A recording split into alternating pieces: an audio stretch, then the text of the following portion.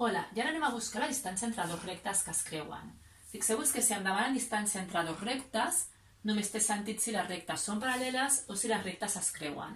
En el cas de que siguin paral·leles, el que heu de fer és buscar un punt d'una de les dues rectes i fer la distància del punt a la recta, que ho podeu mirar en un dels vídeos que hi ha. Per tant, ara ens centrarem només a distància entre les rectes que es creuen. Es poden fer de dues maneres. Fixeu-vos, aquí tenim una recta R, aquí tenim una recta S, aquí tinc el vector de la recta R, que és igual que aquest, el vector de la recta S, i tenim un punt de cada una de les rectes. Hi ha una fórmula relativament senzilla, que és la distància entre aquestes dues rectes serà justament l'altura d'aquest paral·lelogram. I per tant, recordeu que per buscar aquesta distància necessito buscar el volum de tot aquest paral·lelepípede i l'àrea de la base.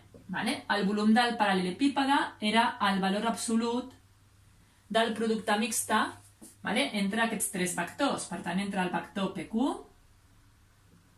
el vector U i el vector V baixa. I sempre valor absolut. Amb això tindríem el volum del paral·lelepípede. I si jo vull buscar l'àrea de la base, seria, recordeu, el mòdul del producte vectorial entre aquests dos vectors. I per tant, aquí hauríem de fer el mòdul entre aquests dos productes vectorials. Per tant, la manera fàcil és utilitzar aquesta fórmula, que ara ho farem. I la segona manera és, fixeu-vos que la distància entre aquestes dues rectes, la mínima distància, serà justament aquella distància, el mòdul d'aquell vector que és perpendicular a aquest i a aquest d'aquí.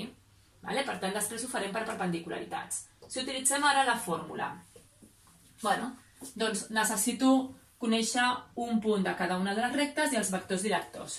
Les tenim en forma paramètrica, per tant, això serà fàcil.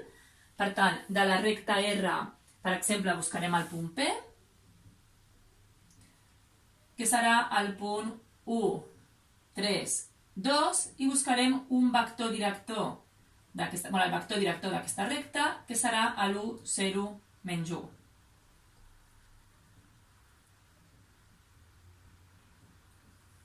I d'aquí farem el mateix. Buscarem el vector Q d'aquesta recta, un punt qualsevol perquè té infinits, que podria ser quan la K és 0, és a dir, el 0, 1, 2. Ja sabeu que per buscar punts quan és paramètrica, l'únic que hem de fer és substituir la K per un número. En aquest cas agafem el més fàcil, que és quan la K és 0, que és el punt 0, 1, 2. I després el seu vector director, que serà menys 1, 1, 0. I ara el que farem és buscar el producte mixte entre aquests tres vectors i el valor absolut d'aquest producte mixte. Fixeu-vos, farem la distància, hem dit que era el valor absolut entre el vector PQ, U i V baixa, dividit entre l'àrea de la base, que és el mòdul d'aquest producte vectorial.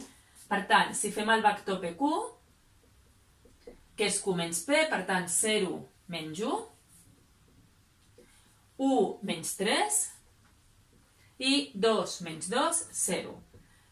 I per tant, tenim el producte mixte entre aquest vector, entre el vector 1 de la recta i el vector V baixa. Per tant, fem aquest determinant, 0, menys 2, 0, 0, menys 1 i 0. Per tant, és menys 3 i el seu valor absolut és 3. Per tant, ja tenim que el numerador és 3. I ara anem a fer el producte vectorial entre el vector 1 i el vector V baixa.